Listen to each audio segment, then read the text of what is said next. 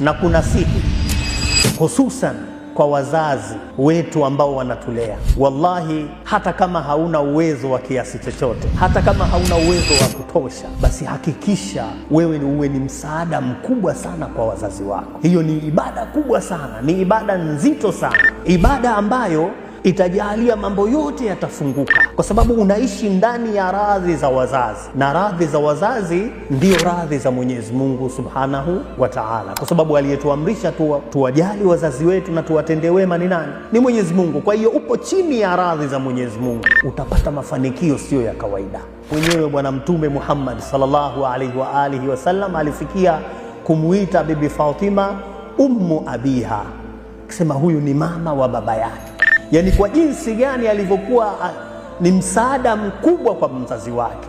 Alikuwa Bwana Mtume akirudi katika vita mbalimbali, Bibi Fatima ndiye alikuwa akimpokea baba yake na kumtibu majeraha.